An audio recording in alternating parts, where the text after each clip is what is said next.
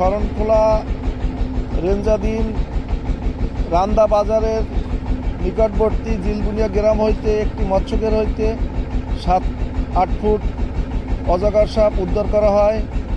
শরণখোলা রেঞ্জের ভোলা নদীর পাড়ে সাপটি সম্পূর্ণ সুস্থ অবস্থায় উন্মুক্ত করা হইল।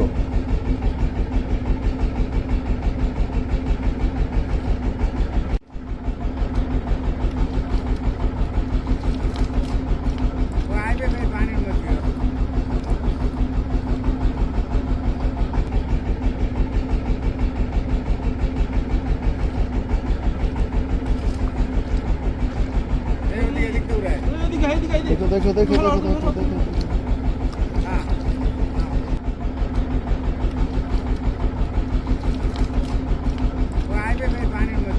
ओए